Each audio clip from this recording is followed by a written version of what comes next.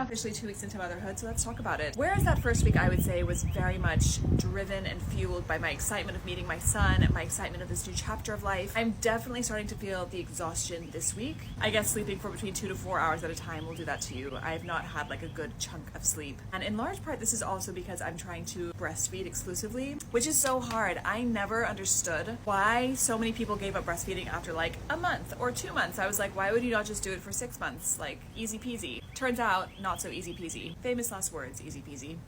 Breastfeeding is so much harder than I thought it would be. It's funny, my sister's visiting and she saw me feeding my son and she said, what do you do at night? Like, if you have to feed him every few hours, what do you do at 2 in the morning? And I'm like, exactly what you're seeing me do now. I do exactly what I do right now at 2 in the morning. I wake up and I set an alarm and I feed him. It's so hard. I feel like my life is on a loop. And what they don't tell you as well before you get into this loop is that feeding cycles are counted from the start of the last feed. So you don't even count from the time that a feed ends. It's not like you have, if you have 2 to 3 hours between feeds, it's not like you have 2 to 3 hours from the end of your last feed. It's from the start of your last feed. And my feeds are lasting between I would say 25 to 45 minutes normally, which means that it basically feels like as soon as I finish feeding, I then am stuck in a dichotomy between wanting to have space for myself to brush my teeth and shower and eat, but also not wanting to let him go because I love him and I just want to cuddle him, but also thinking, oh, I should probably pump because I'm also, as another side note, having one slacker boob and one, what I'm calling the MVB, most valuable boob.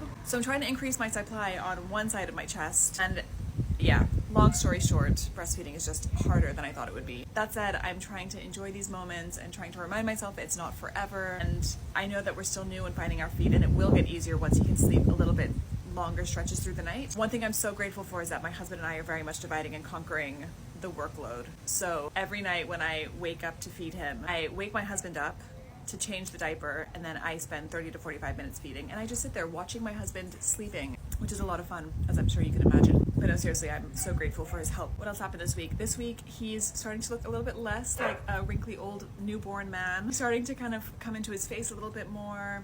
He's starting to be more awake. I think in the first week he slept so much, whereas I would say this week we're having like a few hours a day where he's very much present, which is so cute. We have the Love Every play kit, and so we've been doing the cards with him that are high contrast, and just seeing him interact with the cards is so cute. He's still not doing much. I keep thinking to myself, if it's hard now, how's it gonna be when he is a little bit bigger and can like run around and stuff?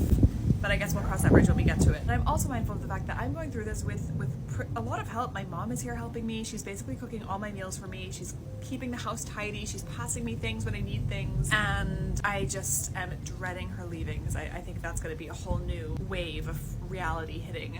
But I'm hoping that when she leaves, my son will be able to sleep for longer stretches. His feeds will be shorter, so we'll see how it goes. I also think it's going to be different when my husband goes back to work. Like, I'm very mindful that right now we're kind of in like the honeymoon sweet phase. My husband's home and my mom is here and my sister's here and my dad's here visiting, and I know that eventually everyone's going to leave. My husband's going to go back to work, and then I'm going to be solo parenting, and that's stressing me out already. But I'm trying to not stress about it because I don't want to go down that rabbit hole. I also don't know how people do this with an existing child. I can't imagine having like a little 3-year-old or 4-year-old to have to look after while also taking care of a newborn. I think it's just adjusting life to revolve around this little being. Overall, very much in love, just exhausted. I feel like this little week 2 recap probably won't make much sense because I feel like I'm just blabbing from exhaustion.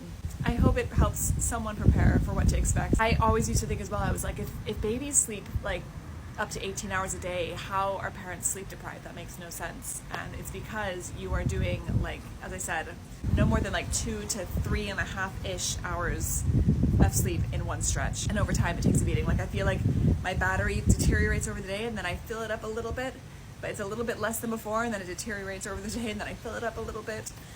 One thing I'm grateful for is the snoo. We've been using the snoo and we've been very happy with it. But yes, I'm gonna get back to my newborn. I probably need to wake him up to feed, because that is my life now.